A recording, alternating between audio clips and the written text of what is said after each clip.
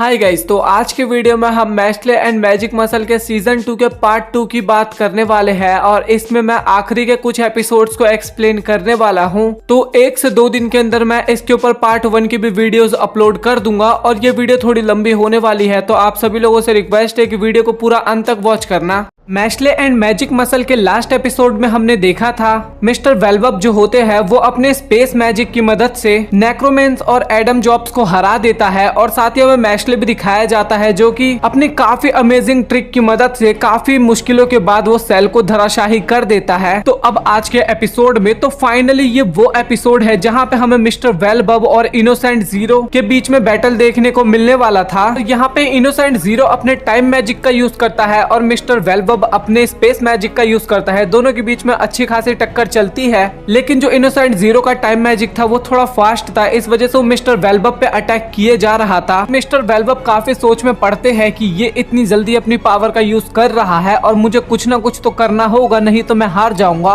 तभी मिस्टर वेलवब अपने space magic का यूज करता है और इसके बाद जो आसपास का स्पेस होता है ना वही खत्म होने लगता है और तभी इनोसेंट जीरो अपने टाइम राउंड का इस्तेमाल करता है। ये एक मैजिक स्पेल है और इसके बाद वो मिस्टर वेलवब को काफी घायल कर देता है और मिस्टर वेलवब को समझ में नहीं आ रहा था कि ये सब ये कैसे कर पा रहा है। और तभी इनोसेंट जीरो बोलता है कि तुम काफी कमजोर हो वेलवब, तुम हमेशा से ही दूसरों को अपने आगे रखते हो और तुम आसपास के लोगों की ज्यादा ही चिंता करते हो, इस वजह से तुम काफी वीक हो जाते हो। और इसके बाद मिस्टर वेलवब अपने बचपन के दिनों को याद करने लगते हैं और तभी वो बताते हैं कि मैं हमेशा से ऐसा लड़का नहीं था, मैं काफी इंट्रोवर्ट था और मैं उतना अच्छा पढ़ाई में भी नहीं था और मुझे फील होता था कि लोग मुझे हमेशा रिजेक्ट कर देंगे और इसलिए मैं पहले ही लोगों को रिजेक्ट कर देता था और हमेशा अपने कमरे में रहता था। लेकिन एक दिन मैं अपने मास्टर से मिला, वो मुझे स्कूल आने के लिए बोलते थे लेकिन मैं कभी भी स्कूल नहीं जाता था, लेकिन वो कुछ ना कुछ तरीके से हमेशा मेरे पास आते थे, चाहे मौसम खराब ही क्यों ना हो, उसके बाद भी वो हमेशा मेरे पास आते थे और मुझसे बातें करते थे। मैं उन्हें अनगिनत बार मना करते रहा लेकिन वो फिर भी मेरे पास आते रहते थे और एक दिन मैंने उनसे पूछ ही लिया कि आप मेरे पास क्यों आते हो जब मैंने आपको इतना मना किया है। तभी मिस्टर वेलवब हंसते हैं और बोलते हैं कि आखिर मैं क्या बोलूं, बट मैं तुम्हें अकेला नहीं छोड़ना चाहता और यही वो शब्द है जिसने मुझे एक नई पहचान दी और तुम कहते हो कि तुम इस दुनिया के सबसे ताकतवर आदमी हो और मैं तुमसे बस इतना बोलना चाहूंगा कि भगवान ने मुझे जन्म दिया है तो मैं उनके कर्तव्य को निभाऊंगा और अपने से कमजोर लोगों की हमेशा रक्षा करूंगा, चाहे मुझे इसके लिए अपनी जान ही क्यों ना देनी पड़े। फिर हमें वेलवब का स्पेस मैजिक का बहुत ही पावरफुल स्पेल देखने को मिलता है। तभी मिस्टर वेलवब बोलते हैं कि तुम्हें तो पता ही होगा कि ये मेरा स्पेल कितना ज्यादा पावरफुल है और ये छड़ी के अंदर से भगवान की पावर को निकालने का तरीका है। मैं इसकी मदद से आसपास के पूरे स्पेस को खत्म कर दूंगा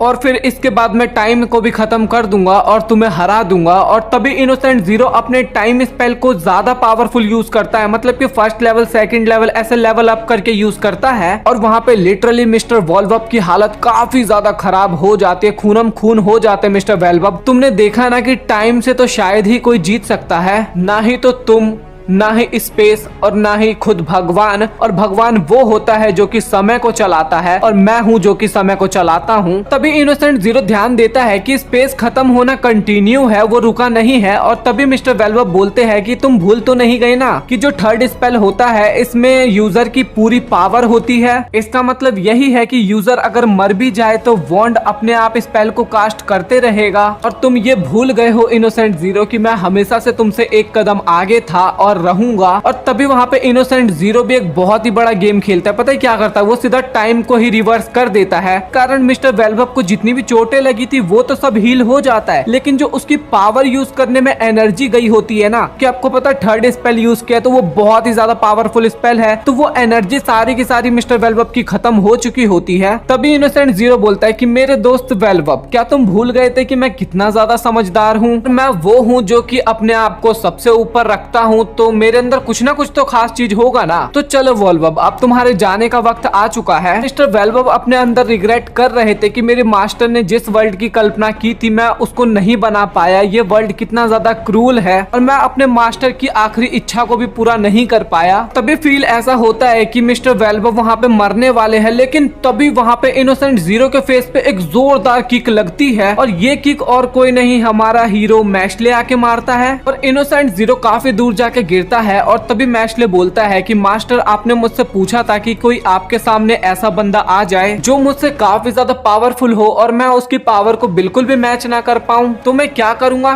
तो चलो मास्टर मैं आपको उसका जवाब दे ही देता हूँ, मैं उसको खत्म कर दूंगा अपने इस सुपर पंच से। और तभी मिस्टर वेलवप बोलते हैं कि मैश्ले तुम यहाँ पे क्यों आ गए, तुम पागल हो गए, ये तुम्हारा ही वेट कर रहा था यहाँ पे। और तभी मैश्ले बोलता है कि मैं यहाँ से कैसे जा सकता हूँ, आप मुसीबत में हो और मैं आपको छोड़ के चला जाऊँ। और उन दोनों की आपस में बातचीत हो ही रही थी, लेकिन तभी इनोसेंट जीरो का फायदा उठा के मिस्टर वेलवप पे एक अटैक करता है और इस कारण वो मिस्टर वेलवप के स्पेस मैजिक की टेक्निक को ही एब्जॉर्ब कर लेता है। और इनोसेंट जीरो जो था ना, अब वो स्पेस मैजिक को ना मिस्टर वेलवप से भी ज्यादा पावरफुल तरीके में यूज कर पा रहा था। और ये देख के तो लिटरली वहाँ पे मिस्टर वेलवप भी काफी ज्यादा हैरान होते हैं। और तभी इनोसेंट जीरो बोलता है कि तुमने देखा ना मेरी पावर कितनी ज्यादा पावरफुल है और अब वो टाइम आ चुका है जब मैं तुम्हें कैप्चर कर लूं। और इनोसेंट जीरो जो होता है ना, वहाँ पे केवल अपनी तारीफ किए जा रहा था, लेकिन तभी मैश्ले वहाँ पे अचानक से एक और लात मारता है इनोसेंट जीरो को। वहाँ पे इनोसेंट जीरो के आसपास का ऑरा इतना ज्यादा पावरफुल होता है कि मैश्ले अपने आप ही पीछे हो जाता है। और ये देख के मैश्ले भी काफी हैरान होता है और सोचता है कितनी ज्यादा पावर। और तभी इनोसेंट जीरो बोलता है कि तुमने देख लिया ना मैश, हम दोनों की पावर के बीच में कितना ज्यादा डिफरेंस है। वो बोलता है कि तुम मुझे कभी भी नहीं हरा सकते और वो और भी चीजें बोल रहा होता है। और तभी उसके शरीर में अजीबोगरीब हरकतें होने लगती है और उसका जो शरीर होता है ना, वो एक क्यूबी रूप्स की तरह एकदम टूटने सा लगता है, बाहर निकलने लगता है। ये अजीब सा आप लोग इमेज पे भी देख रहे होंगे। मिस्टर वेलवप एकदम हैरान होते हुए बोलते हैं कि अच्छा मैं समझ गया, इसके शरीर में इतनी ज्यादा पावर है, इसका शरीर उसकी पावर को होल्ड या फिर एब्जॉर्ब नहीं कर पा रहा और क्या ये पागल हो गया है। और तभी इनोसेंट जीरो बोलता है कि मैश मैंने तुम्हें इसीलिए बनाया है, तुम जल्दी से मेरे शरीर में जुड़ जाओ, क्योंकि इस दुनिया में जो मैजिक यूज नहीं कर सकते उनको कोई भी एक्सेप्ट नहीं करता है। तो मैश्ले तुम अपना फर्ज निभाओ और मुझे और भी ज्यादा स्ट्रॉन्ग बनाओ। तभी इनोसेंट जीरो जो होता है वो फिर से मिस्टर वेलवप के ऊपर अटैक करता है और मिस्टर वेलवप वहाँ पे बोलते हैं कि अब मेरे अंदर इतनी ताकत नहीं है कि मैं यहाँ से हट सकूं। और इतनी ही देर में मैश्ले वहाँ पे आता है और मिस्टर वेलवप को उठा के वहाँ से ले जाने लगता है। और तभी मिस्टर वेलवप बोलते हैं कि ये लड़का काफी ज्यादा पावरफुल है और भी स्ट्रॉन्ग होते जा रहा है, लेकिन इनोसेंट जीरो को हराने के लिए इतना इनफ नहीं होगा। और तभी मैश्ले बोलता है कि आप चिंता मत करिए मास्टर, मेरा गोल ही यही था कि मैं इनोसेंट जीरो को हराऊं और मैं साबित कर पाऊं कि मैं बहुत ही ज्यादा ताकतवर हूं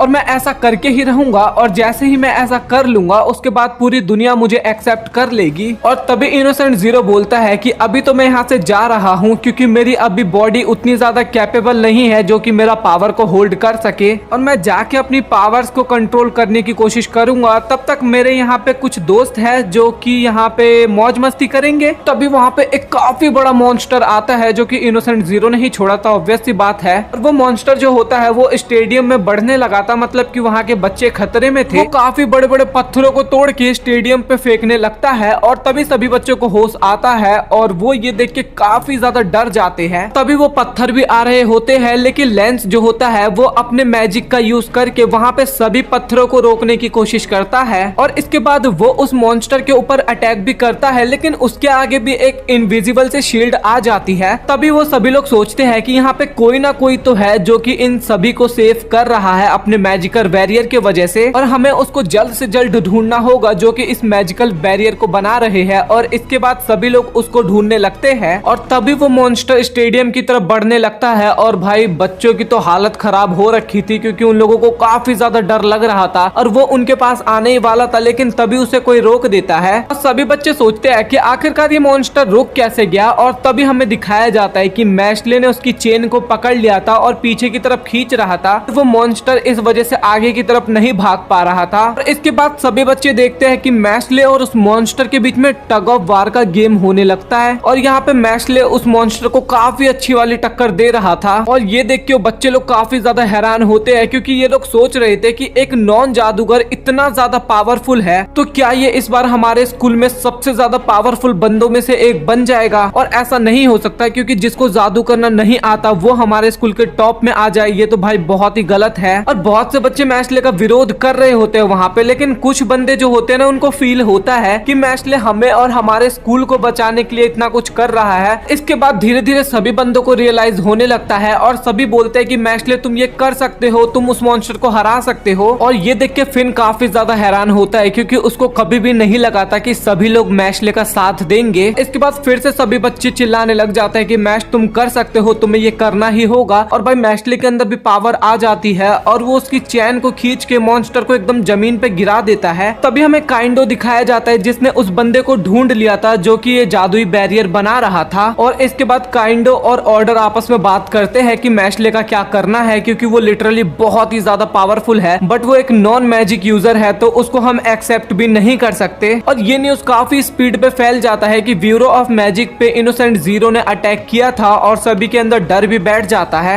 ब्यूरो ऑफ मैजिक ने ये डिसाइड किया कि वो लोगों का डर भगाने के लिए बताएंगे कि सभी डिवाइन विजनरी ने मिलके इनोसेंट जीरो को भगा दिया। और इसके ऊपर ब्यूरो ऑफ मैजिक काम भी करता है और ये बात ब्यूरो ऑफ मैजिक के साथ एक बंदे को पता होता है और वो है मैशले। और यहाँ पे इतना सीरियस मुद्दा चल रहा था कि ब्यूरो ऑफ मैजिक पे इनोसेंट जीरो ने अटैक किया, वहाँ पे इतना ज्यादा डर बैठ गया। और वहाँ पे मैशले और उसके दोस्त कहाँ मिलते हैं? बीच पे पार्टी कर रहे थे। और इतना बड़ा टेंशन के बाद वो लोग काफी ज्यादा मजे करते हैं। उसके सारे दोस्त आए होते हैं और डॉट के हाथ में एक ऑक्टोपस वाला वाटरमेलन था और वो ये मैशले को देता है। और आपको पता है ना, बैट से तोड़ना होता है तरबूज को, बट मैशले वहाँ पे क्या करता है, उस वाटरमेलन को अपने सर में ही लगा लेता है और वो जो ऑक्टोपस होता है ना, वो अपना सर जमीन पे धैड़ मारता है इसके बाद। और वहाँ पे सभी लोग स्विमिंग करते हैं, मस्ती करते हैं, मजाक करते हैं। और इसके बाद हमें मिस्टर वेलबब दिखाए जाते हैं, वो भी बीच पे मजे कर रहे होते हैं। और उनसे एक बंदा बोलता है कि आप यहाँ पे क्या कर रहे हो। मिस्टर वेलबब भी वहाँ पे काफी हैरान होते हैं और वो जो जूस पी रहे थे ना, वो अपने मुंह से थूकते हैं और बताते हैं कि तुम्हें पता है अब मैशले अपनी जिंदगी आराम से नहीं बिता पाएगा जब तक कि हम इनोसेंट जीरो को हरा नहीं देते। तुम्हें पता है कि इनोसेंट जीरो कितना ज्यादा पावरफुल है, उसके पास टाइम मैजिक है और अब तो उसको स्पेस मैजिक भी मिल चुका है और अब वो कुछ डार्क मैजिक का यूज कर रहा है अपनी और भी ताकत को बढ़ाने के लिए और उसे हराना काफी इम्पॉसिबल हो चुका है। और मैशले के 5 भाई भी है जो कि इनोसेंट जीरो के आसपास घूमते रहते हैं। और अगर सीधी भाषा में बोली जाए तो उसके 5 भाई जो होंगे वो लगभग मेरे जितना बराबर होंगे पावर में, और इसीलिए अब हमारे जीतने का चांस भी एकदम 0 हो जाता है। और तभी लेमन बोलती है, तो क्या आप ये तो नहीं बोलना चाहते कि आप इनोसेंट जीरो वर्सेस मैशले का मैच करवाना चाहते हो? तभी वहाँ पे मैशले आता है और वो बोलता है कि तुम फिक्र मत करो लेमन, क्योंकि मेरे जीतने के भी बहुत ही ज्यादा चांस है और जब भी मुझे कोई चैलेंज देता है तो मैं उस चैलेंज को तब तक कंप्लीट करता हूं जब तक कि मैं जीत ना जाऊं, और मैं इसी तरीके से इनोसेंट जीरो को भी हराऊंगा। और इसके बाद हमें फिन और लेमन का चेहरा देखने को मिलता है। उन लोगों की फटी पड़ी थी, लेकिन बोलता है कि मैशले इतना ज्यादा चिल है, उसके पीछे इनोसेंट जीरो पड़ा हुआ है फिर भी। और तभी मिस्टर वेलबब बोलते हैं कि तुम फिक्र मत करो, क्योंकि मैशले का ये जो कॉन्फिडेंट है ये उसे दिन प्रतिदिन और भी ज्यादा ताकतवर बनाता है। जितना वो ताकतवर अभी है ये उससे भी ज्यादा ताकतवर होते जाता है। और मैश, मैं तुम पे पूरा भरोसा करता हूँ कि तुम ही इनोसेंट जीरो को हराओगे और इस दुनिया को बचाओगे। और मैश बोलता है कि हाँ जरूर मैं इसे करूंगा। और तभी लेंस बोलता है कि मैशले, तुम्हें याद है ना, एंट्रेंस एग्जाम का लास्ट पार्ट अभी बाकी है और मुझे पक्का पता है मैश कि वो तुम हार जाओगे। और इसके बाद तो मैशले का एकदम पसीना पसीना हो जाता है, डर के मारे वो एकदम कपकपाने लगता है। मैशले वहाँ पे टेस्ट का रिटन एग्जाम देता है और उसकी हालत तो काफी ज्यादा खराब होती है, आपको पता ही है। और लेमन जो होती है वो उस एग्जाम पेपर को चेक करके देखती है और वो बताती है कि भाई तुम्हारा हालत तो बहुत ही ज्यादा खराब है। और तभी डॉट हंसते हुए बोलता है कि मैश तू फिक्र मत कर, हम किसी न किसी तरीके से तुझे अवश्य बचा लेंगे। और तभी मैशले काफी हैरान होता है और वो बोलता है कि डॉट क्या तुम पढ़ाई में तेज हो? और तभी डॉट बोलता है कि हाँ मैं बहुत तेज हूँ, क्योंकि मैं अपने बाकी एक्टिविटी के साथ कभी कभार पढ़ाई भी कर लिया करता हूँ, तो इसीलिए मुझे पढ़ाई में उतनी ज्यादा दिक्कत नहीं होती और मेरे काफी अच्छे खासे नंबर्स भी आ जाते हैं। और तभी मैशले वहाँ पे काफी ज्यादा डरता है और बोलता है कि इसका मतलब केवल एक मैं ही हूँ जो कि अकेला रह गया, अब मेरा क्या होगा? और तभी डॉट बोलता है कि तू फिक्र मत कर, हम लोग तुझे अच्छे से पढ़ाएंगे। और तभी मैशले बोलता है कि हाँ हाँ प्लीज प्लीज मुझे पढ़ा दो और मुझे पास करवा दो। और उसके बाद हमें लेंस दिखाया जाता है जो कि मैशले का नया टीचर बन चुका था और वो मैशले को मैथ पढ़ाता है और वो स्टार्टिंग मैथ से करता है और मैशले को मैथ के बेसिक सिखा रहा था। और वहाँ पे मैशले की हालत तो आप लोगों को पता ही होगी किस टाइप की थी, वहाँ पे उसको लिटरली कुछ भी समझ में नहीं आ रहा था। और वहाँ पे मैशले के सर में इतना दर्द होता है कि उसका सर ही फट जाता है और उसके दोस्त बोलते हैं कि मैशले अभी तुम्हारे दिमाग में कुछ हुआ क्या? मैशले डरते हुए बोलता है कि भाई मुझसे ना हो पाएगा ये सब। और डॉट वहाँ पे जिद करते हुए बोलता है कि तुम्हें करना ही होगा मैशले। और वहाँ पे वो सभी लोग इतनी गंदी नजरों से मैशले की तरफ देख रहे थे और तभी मैशले डर के मारे कुछ लिखना शुरू करता है और काफी टाइम बीत जाता है, काफी टाइम बाद तक भी वो लिखते रहता है। तभी मैशले अचानक से खिड़की तोड़ के वहाँ से भाग जाता है और उसके जो बाकी के दोस्त थे वो लोग उनका पीछा करने के लिए जाने वाले होते हैं, लेकिन लेंस उन सभी को रोक लेता है। और वहाँ पे लेंस काफी गुस्से में बोलता बोलता है कि अब मैं जा रहा हूँ क्योंकि मेरे पास भी और भी बहुत सारे काम है। और फिन भी वहाँ पे घबराते हुए बोलता है कि ठीक है तुम जाओ यहाँ से और मैं मैशले को ढूंढने जा रहा हूँ। और इसके बाद फिन जो होता है वो जंगलों में मैशले को ढूंढने के लिए जाता है और वो सोच रहा होता है कि मैशले आखिरकार कहाँ पे होगा। और तभी हमें मैशले दिखाया जाता है जो कि जमीन के अंदर धंसा हुआ था, केवल उसका गर्दन बाहर था। और ये देख के वहाँ पे फिन भी काफी हैरान होता है और फिन वहाँ पे काफी इमोशनल डायलॉग मारता है मैशले को कि मैशले क्या तुम हार मान रहे हो, और मैं तो तुम्हें कभी भी हारते हुए नहीं देख, और मैं तो उस मैशले को जानता हूँ जो कि कठिन से कठिन काम या फिर इम्पॉसिबल काम को पॉसिबल कर देता है। और मैं उसी मैशले के साथ अपना ग्रेजुएशन कंप्लीट करना चाहता हूँ, तो क्या तुम मुझे वही वाला मैच देना चाहोगे। और वहाँ पे मैशले को भी रियलाइज होता है कि वो कुछ ज्यादा ही डरपोक बन गया था और वो वहाँ पे वो फिन को थैंक यू बोलता है। और इसके बाद वो बाहर आता है और अपने दोस्तों के पास फिर से वापस जाता है। और इसके बाद वो उन सभी से माफी मांगता है और इसके बाद सभी लोग उसे माफ भी कर देते हैं और सभी लोग उसको पढ़ाना फिर से स्टार्ट करते हैं। इसके बाद मैशले काफी ज्यादा मेहनत करता है, वो चाहे पढ़ाई में ले लो या फिर मसल्स को बढ़ाने में। और काफी ज्यादा मेहनत के बाद फाइनली वो दिन आ ही जाता है जिस दिन होता है एग्जाम। और एग्जाम का पेपर देखने के बाद तो वहाँ पे फिर से मैशले के पसीने छूटने लगते हैं और लिटरली वहाँ पे फिर से उसकी हालत एकदम खराब हो चुकी थी। और एग्जाम के टाइम पे मैशले एकदम कपकपा रहा होता है, भाई बहुत गंदी हालत होती है उसको। इस चीज को एक बार ना आप एनिमेशन में देखना। एग्जाम खत्म होता है, उसके बाद डॉट और उसके बाकी साथी उसके पास आते हैं और वो बोलता है कि मैशले तुम इतना कांप क्यों रहे हो। वो बोलते हैं कि कुछ बोलो तो मैश। और वहाँ पे मैशले बस कांप रहा होता है और चुपचाप बैठा रहता, कुछ बोल भी नहीं पाता वहाँ पे वो। इसके बाद फाइनली रिजल्ट का भी दिन आ जाता है और मैशले अपना रिजल्ट लेने के लिए टीचर के पास जाता है। और टीचर जो होती है वो मैशले की काफी ज्यादा इंसल्ट करती है और बोलती है कि तुम 1 नंबर के निकम्मे स्टूडेंट हो। और इस पे ऑब्वियस सी बात है कि मैशले काफी ज्यादा डर जाता है, लेकिन तभी टीचर बोलती है कि बट तुमने इस बार काफी ज्यादा मेहनत की है और तुम्हारा रिजल्ट भी काफी ज्यादा अच्छा आया है इस बार। तभी मैशले देखता है अपने एग्जाम सीट को और वो सभी सब्जेक्ट में काफी इजीली पास हो चुका था। और ये देख के तो डॉट भी काफी ज्यादा हैरान होता है और बोलता है कि बस भाई इतना मत उछल, तू केवल पास हुआ है। तभी मैशले बोलता है कि अबे यार ये सब तो मेरे बाएं हाथ का खेल था। और इसके बाद तो आप लोगों को पता ही होगा कि उसके दोस्तों ने उसके साथ क्या किया होगा, बहुत ज्यादा मारते हैं और बोलते हैं कि हमने तेरे पीछे अपना दिन रात एक कर दिया और तू बोल रहा है कि ये बाएं हाथ का खेल था। और इसके बाद सभी लोग काफी ज्यादा खुश होते हैं क्योंकि उन सभी का रिजल्ट काफी ज्यादा अच्छा हुआ था। और मैशले भी रियलाइज करता है कि अगर दोस्त हो या फिर हमारे आसपास कोई होता है तो हमें कितना अच्छा लगता है। इसके बाद डिवाइन विजनरी का भी तो कंपटीशन बाकी था और उसमें मैश, डॉट और लेंस को आगे की तरफ बढ़ा दिया जाता है उस कंपटीशन के। और तभी मिस्टर वेलवब वहाँ पे आते हैं और बोलते हैं कि अब तुम्हारा फाइनल एग्जाम होने वाला है तो तुम्हें उससे पहले एक इंटरव्यू देना होगा, तो तुम वो एकदम अच्छे से कर लेना। और तभी डॉट बोलता है कि इंटरव्यू वो किस लिए। तभी मैशले मन में सोच रहा था कि अच्छा वो लोग पूछेंगे कि तुम्हारा फेवरेट फूड क्या है और मैं बोल दूंगा कि मेरा फेवरेट फूड तो क्रीम पफ है। तभी एक बंदा वहाँ पे आता है, बंदा क्या भाई यार ये कार्टून की तरह तो लग रहा है, आप लोग खुद ही देख लो। और ये बोलता है कि तुम्हारा नाम मैशले है ना, तो तुम चलो मेरे पीछे। फिर मैशले भी उसके पीछे जाता है और वही अजीब सा बंदा बोलता है तुम्हारे लिए तो काफी ज्यादा हार्ड होगा कि बिना मैजिक के तुम इतना आगे आ गए हो। तभी मैशले बोलता है कि तुम्हें ऐसा बोलने की जरूरत नहीं है क्योंकि मैं रेगुलर एक्सरसाइज करता हूँ और एक्सरसाइज की मदद से मैं अपने आप को काफी ज्यादा पावरफुल बना लेता हूँ। तभी मैशले और भी बातें बता रहा होता है, लेकिन तभी वो छोटा सा जोकर जैसा बंदा एक बहुत ही बड़े वुल्फ में चेंज हो जाता है और वो बोलता है कि बस अब तो तुम्हारा खेल खत्म होने वाला है। तभी मैशले बोलता है कि प्लीज मुझे माफ करना अगर मेरी किसी भी बात ने तुम्हें हर्ट किया हो। और तभी वुल्फ बोलता है मैं तुम्हारी किसी बात की वजह से गुस्से में नहीं हुआ, बस मैं अपने मास्टर का ऑर्डर फॉलो कर रहा हूँ और मुझे इसी के कारण अपनी पावर मिलती है। और वो इसके बाद मैशले पे अटैक भी करने वाला होता है और तभी मैशले बोलता है कि ठीक है तो तुम मुझे मार सकते हो। और इसके बाद वो वुल्फ मैशले के ऊपर काफी तेजी से अटैक करता है और मैशले उसके अटैक को डॉच भी नहीं करता। तभी मैशले बोलता है कि मुझे पता है कि ये सब तुम अपनी मर्जी से नहीं कर रहे, तुम्हें किसी का ऑर्डर मिला है तो इसलिए तुम जो भी कुछ करना चाहते हो वो कर सकते हो। और मैशले वहाँ पे चुपचाप खड़े हो जाता है और तभी जो वो वुल्फ होता है ना वो फिर से अपने जोकर वाले फॉर्म में वापस आ जाता है और बोलता है कि ये एक इंसान है लेकिन ये फिर भी मेरे लिए कितना सोचता है और कितना काइंड हार्टेड है। और इसके बाद वो मैशले की और भी कई ज्यादा तारीफ करता है और तभी अचानक से वहाँ पे ऑर्डर आ जाता है और वो बोलता है कि तुम्हें मैंने एक काम दिया था बट तुमने वो भी ढंग से नहीं कर पाए। और तभी मैशले बोलता है कि तुम उसे कुछ भी नहीं कर सकते, तुम उस पर ऑर्डर देना भी बंद करो, तुम्हें मुझसे काम है तो तुम सीधा आके मुझसे बात करो। और तभी वो छोटा सा जोकर वाला बंदा होता है ना वो मन में सोचने लगता है कि क्या मैश मास्टर ऑर्डर को हरा सकते हैं। नहीं, ये वो बिल्कुल भी नहीं कर सकता। मास्टर ऑर्डर काफी ज्यादा पावरफुल है और काफी ज्यादा डर भी जाता है ये बंदा, क्योंकि कुछ सालों पहले की बात है काफी सारे मैड जिन ने हमारे शहर पे अटैक कर दिया था।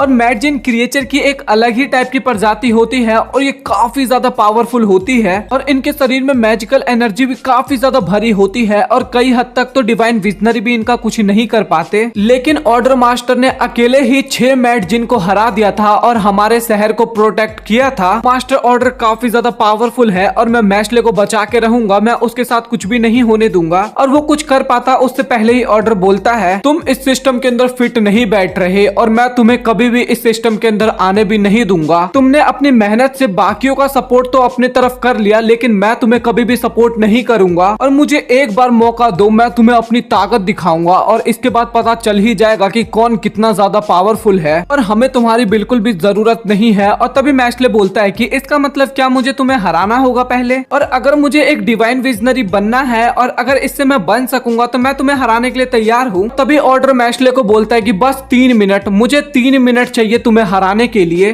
और इसके बाद फाइनली हमें मैश्ले और ऑर्डर के बीच में फाइट दिखाया जाता है, जहाँ पे ऑर्डर जो होता है वो अपने सैंड मैजिक का यूज करता है और वो अपने सैंड को ना किसी भी तरीके से यूज कर सकता था। वो अटैक वे में यूज कर सकता था, उसको अपने डिफेंस वे में यूज कर सकता था और उसका जो सैंड होता है ना वो इतना ज्यादा पावरफुल होता है कि वो एयर को भी काट सकता था। और वो जो सैंड था वो इतनी ज्यादा फ्लेक्सिबल थी कि कहीं से भी वो अटैक करने लग जा रहा था। इस कारण मैश्ले को डॉज करने में काफी ज्यादा प्रॉब्लम होती है, बट मैश्ले तो ठहरा मैश्ले, वो काफी इजिली फिर भी उन सभी अटैक को डॉज कर देता है। और इस कारण जो ऑर्डर होता है वो काफी ज्यादा गुस्सा और इरिटेट हो जाता है और वो अपने सैंड की मदद से अपने सर्वेंट को ही पकड़ लेता है और बोलता है, अगर तुम मेरे हमलों को डॉज करोगे तो ये जो सर्वेंट है ये काफी बुरी तरीके से मारा जाएगा। तुम मेरे अटैक को जितनी बार डॉज करोगे मैं उतना ही ज्यादा अटैक इस सर्वेंट पे करूंगा। इससे तुम मुझे गलत मत समझना, बस मैं तुम्हें ये एहसास करवाना चाहता हूँ कि तुम इस दुनिया में हो, तुम्हारे वजह से कितने सारे लोगों को प्रॉब्लम्स हो रही है। इसके बाद ऑर्डर जो होता है वो फिर से मैश्ले के ऊपर अटैक करने लगता है और इस बार शायद मैश्ले नहीं डॉज कर रहा था अटैक को, लेकिन जो ऑर्डर का सर्वेंट होता है वो बोलता है कि मैश्ले प्लीज तुम इस हमलों को डॉज करो, लेकिन मैश साइड नहीं हटता और वो लगातार हमलों को सहने लगता है और ऑर्डर भी काफी ज्यादा अटैक्स मैश्ले के ऊपर करने लगता है। और इसके बाद ऑर्डर एक काफी पावरफुल अटैक मैश्ले के ऊपर करता है और वो जो सर्वेंट होता है ना उसको तो लग रहा था कि इस बार तो मैश्ले गया और वो काफी ज्यादा डर भी जाता है। और अगले ही पल में हमें मैश्ले के कपड़े भी दिखाए जाते हैं और वहाँ पे काफी ज्यादा ब्लड भी दिखाई देता है उसके कपड़ों के साथ। और ऑर्डर वहाँ पे सोच रहा था कि क्या हुआ, मैश्ले कहाँ गया। तभी हमें मैश्ले दिखाया जाता है जो कि ऑर्डर के पीछे दीवार पे चिपका हुआ था। भाई सच में मैश्ले भाई कुछ भी कर सकता है और बोलता है कि मैंने यहाँ पे सब्स्टिट्यूशन जुत्सु यूज किया है। सर्वेंट जो होता है वो वहाँ पे समझ जाता है कि जब ऑर्डर उसके ऊपर अटैक करने वाला होता है उससे पहले ही मैश्ले ने अपने आप को वहाँ से हटा लिया था। सर्वेंट भी ये देख के काफी ज्यादा हैरान होता है कि मैश्ले ने इतनी आसानी से ऑर्डर के हमलों को डॉज कर लिया था और ऑर्डर भी समझ जाता है, बोलता है कि ये तो एकदम इम्पॉसिबल है और ऐसा कोई कर ही नहीं सकता। और मैश्ले बोलता है कि तुम क्या सोच रहे थे कि मैं एवे ही हूँ, तुम जो इतना अनफेयर गेम खेल रहे हो इसके बाद भी क्या तुम्हें लगता है कि मैं तुम्हें जीतने दूंगा। और इसके बाद मैश्ले ऑर्डर के सर पे एक बहुत ही तगड़ा जोरदार किक मारता है, लेकिन जो ऑर्डर होता है वो अपने सैंड की मदद से उस अटैक से बच जाता है। और इसके बाद वो अपने सैंड की मदद से मैश्ले को जकड़ लेता है और बोलता है कि मैश्ले अब तुम्हारा गेम खत्म हुआ। और तभी ऑर्डर एक बहुत ही पावरफुल अटैक मैश्ले के ऊपर करता है और इसके बाद हमें काफी ज्यादा खून देखने को मिलता है। और जैसे ही हमें मैश्ले दिखाया जाता है तो वो तो एकदम ठीक था उस टाइम पे, क्योंकि उसके सामने एक काफी बड़ा हाथ आ गया था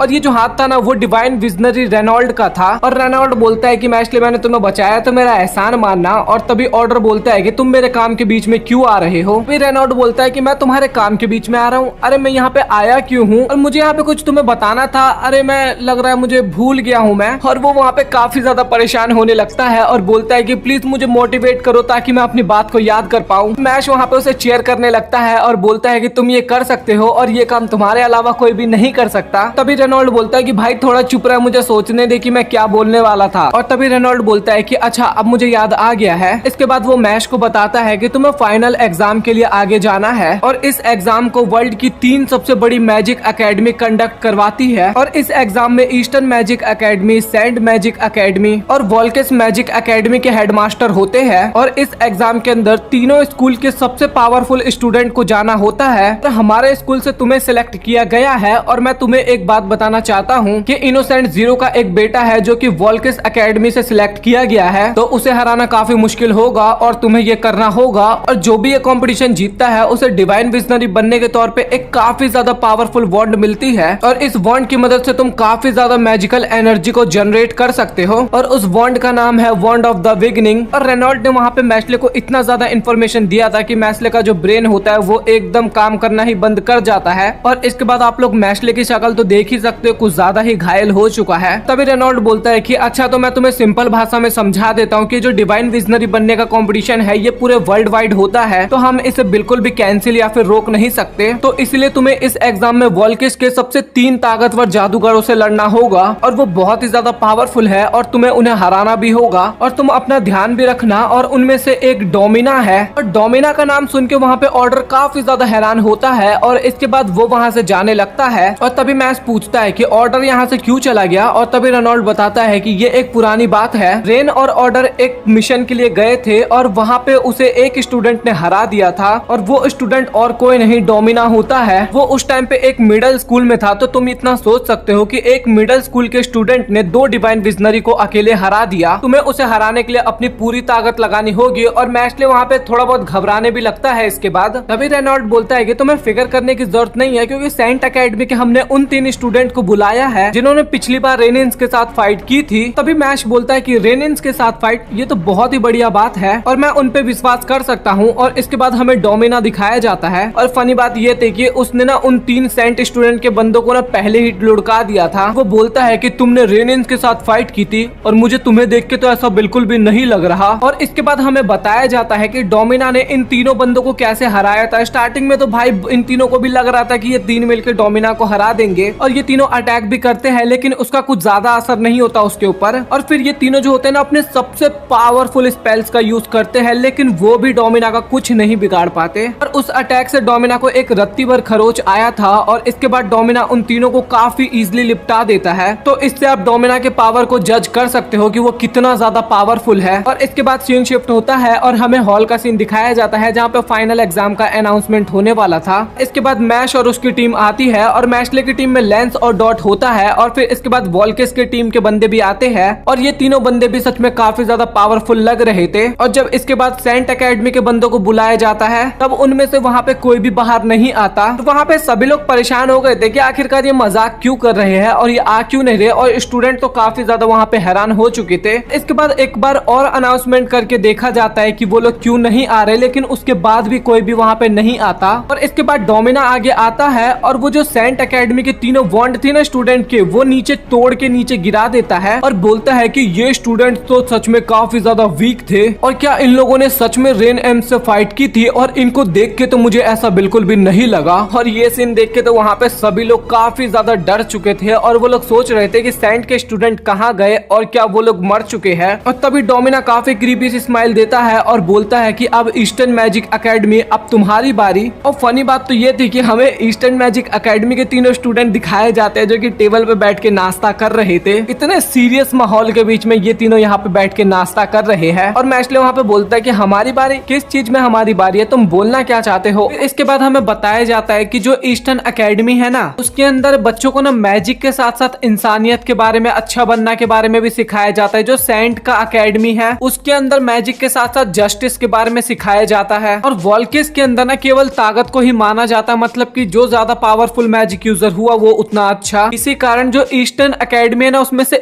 11 डिवाइन विजनरी बने हैं और जो सेंट है उसमें से केवल 5 डिवाइन विजनरी बने हैं। लेकिन जो वॉल्किस है ना उसमें 85 के अराउंड डिवाइन विजनरी बन चुके हैं। फिर इसके बाद अनाउंसमेंट किया जाता है कि जो सेंट के बच्चे हैं ना वो नहीं आने वाले और उन्होंने बताया है कि हमारी सीट वॉल्किस के बच्चों को दे देना चाहिए। और ये सुनने के बाद वहाँ पे सभी लोग काफी ज्यादा हैरान होते हैं। तभी डोमिना आगे बढ़ते हुए बोलता है कि मैं इसका पूरा रिस्पेक्ट करता हूँ और मुझे पता है कि सेंट के बच्चे पार्टिसिपेट नहीं कर सकते, इसीलिए हम उनकी रिस्पेक्ट करते हैं और उनकी सीटों को एक्सेप्ट करते हैं। इसके बाद वॉल्किस के 3 स्टूडेंट और आ जाते हैं और ये देखने के बाद बाकी सभी तो काफी ज्यादा हैरान होते हैं और बोलते हैं कि ये कैसे होगा, तरफ 3 बच्चे और उस तरफ 6 बच्चे। और वहाँ पे पता है मैशले क्या बोलता है, पहले 9 बच्चे थे जिसमें से 3 चले गए और 3 नए आ गए, तो टोटल 18 बच्चे हो गए। और उसकी बातों को सुन के सभी लोग काफी ज्यादा हैरान होते हैं और बोलते हैं कि ये बच्चा अभी तक सीरियस क्यों नहीं हुआ और ये मजाक क्यों कर रहा है, क्योंकि अगर हमें 12 बोला जाए तो वो भी समझ में आता है, बट इसने किस लॉजिक के अनुसार 18 बच्चे बोल दिया। और आप लोग भी यार कमेंट सेक्शन में बताओ कि मैशले ने यहाँ पे लॉजिक क्या लगाया है। तभी डोमिना बोलता है कि मैशले तुम मजाक तो काफी अच्छा कर लेते हो। और तभी मैशले बोलते हैं कि अबे भाई तुम मजाक छोड़, बस तू मुझे ये बता कि मुझे कितने बंदों को पीटना है। तभी डोमिना बोलता है है कि मेरे भाई तुम बचपन से ही काफी ज्यादा एक्साइटेड भरे थे। और तभी मैश्ले बोलता है कि मेरे भाई तुम कह क्या रहे हो यार, मुझे कुछ समझाओ तो सही। और तभी डॉट उसके पास आता है और वो बोलता है कि मैश्ले तुम इनोसेंट जीरो के बच्चे हो और ये तुम्हारा भाई है। तभी मैच बोलता है कि अच्छा तो अब मैं समझा, अच्छा तो फिर मैं आप समझ चुका हूँ। और तभी डोमिना बोलता है कि मैश्ले तुम बचपन से ही काफी ज्यादा हिम्मत वाले थे, बट ये तुम्हारी हिम्मत मुझसे ज्यादा ताकतवर नहीं बनाती।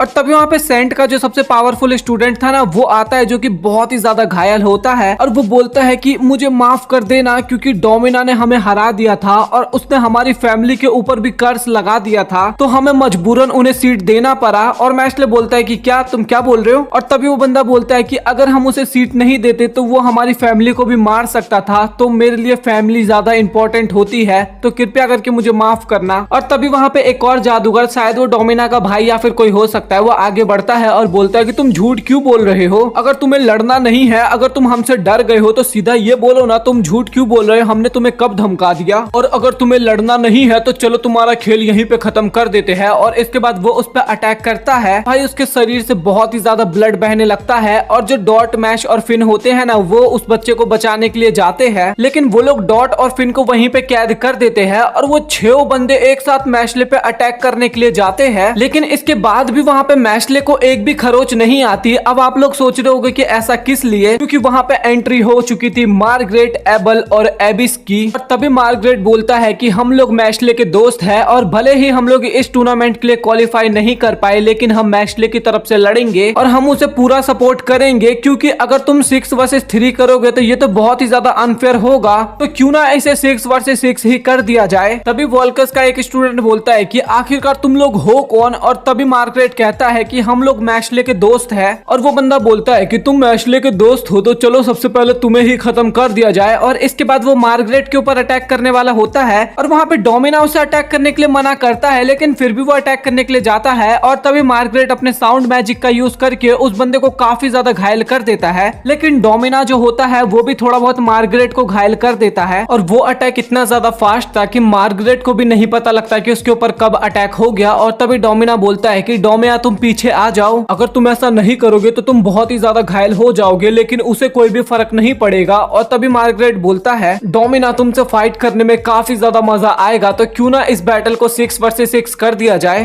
तभी डोमिना बोलता है कि हाँ मुझे तुम्हें सबक भी सिखाना है, तो मैं एक्सेप्ट करता हूँ इस चैलेंज को। और तभी मैश्ले एवल को बोलता है कि आखिरकार तुम लोग मेरी मदद क्यों कर रहे हो। तभी एवल बोलता है कि मैं तुम्हारा एहसान उतारना चाहता हूँ मैश। और तभी मैश्ले बोलता है कि मैंने तुम्हें कब पैसे दे दिए भाई। तभी एबिस बोलता है कि ये पैसे से ज्यादा बढ़कर है। फिर इसके बाद हमें पास्ट का सीन दिखाया जाता है जहाँ पे वो सभी लोग बैठ के कार्ड गेम खेल रहे थे और वहाँ पे एबिस जो होता है ना वो अपने मास्टर एबल को जितवाने के लिए ना काफी ज्यादा चीटिंग करता है। फिर इसके बाद एबिस सीरियस होते हुए बोलता है कि मैश्ले डिवाइन विजनरी का फाइनल मैच शुरू होने वाला है और मुझे पक्का पता है कि फाइनल एग्जाम में वोल्कस के वो 6 स्टूडेंट पार्टिसिपेट करेंगे और वो कुछ ना कुछ गलत काम करेंगे जिस कारण वो 6 पार्टिसिपेट कर पाए। और उनके जो टॉप 2 स्टूडेंट्स हैं वो काफी ज्यादा पावरफुल है, इतने ज्यादा पावरफुल है कि वो दोनों अकेले हम सभी को हरा सकते हैं। और उनके में से एक स्टूडेंट जो कि है ब्यूरो ऑफ चीफ का बेटा, और वो बंदा काफी ज्यादा पावरफुल है और उसका नाम लेबिस है। और तुमने डोमिना के बारे में तो सुना ही होगा कि वो कितना ज्यादा पावरफुल है, वो तो लेबिस से भी काफी ज्यादा पावरफुल है। फिर हमें डोमिना दिखाया जाता है जो कि इनोसेंट जीरो को बोल रहा था कि फादर मैं आपके सपने को जरूर पूरा करूंगा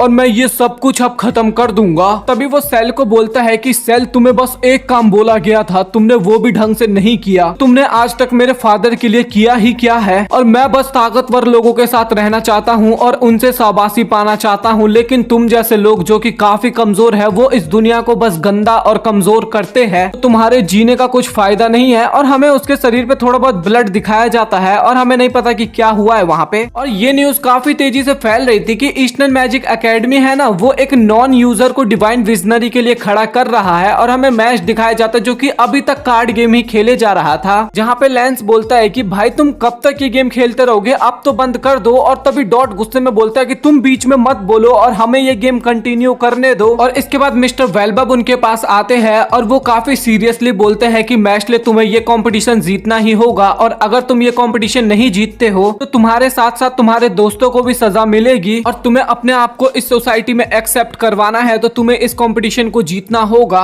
तभी हमें एक बंदा दिखाया जाता है जो किसी को मार रहा होता है, लेकिन तभी तभी वहां पे दो डिवाइन विजनरी आते हैं और उस बंदे को सरेंडर करने के लिए बोलते हैं, लेकिन वो बंदा तभी उन दोनों डिवाइन विजनरी से लड़ने लगता है और वो बंदा डोमिना होता है और वो दो डिवाइन विजनरी से एक साथ लड़ रहा था और वो उसको कुछ भी नहीं कर पा रहे थे। तभी वो दोनों डिवाइन विजनरी होते हैं ना, वो अपनी जगह आपस में एक्सचेंज कर लेते हैं और तभी डोमिना को भी समझ में नहीं आता कि वहां पे हुआ क्या आखिरकार। और इसके बाद वो दोनों डिवाइन विजनरी डोमिना को घेर लेते हैं बीच में और दोनों अपने काफी पावरफुल स्पेल्स का यूज करते हैं और उस पर अटैक करते हैं, लेकिन डोमिना उन दोनों अटैक को काफी इजीली डॉज कर लेता है और इसके बाद डोमिना वहां से गायब हो जाता है। और तभी हमें पता लगता है कि जब डोमिना का जन्म हुआ था ना, तो उसके आसपास की सभी चीजें एकदम से नष्ट हो जाती है और उसको मैश्ले ने, जो कि 5 महीने का था, वो सभी जगह को रिपेयर कर रहा था। डोमिना हर दिन कुछ ना कुछ नष्ट करता था और मैश्ले जो होता है वो हर दिन कुछ ना कुछ रिपेयर करता रहता था और डोमिना के अंदर इतनी ज्यादा पावर थी, जो भी उसके नजदीक आते थे ना वो अपने आप ही मारे जाते हैं, जो कि आप स्क्रीन पे देख रहे होंगे।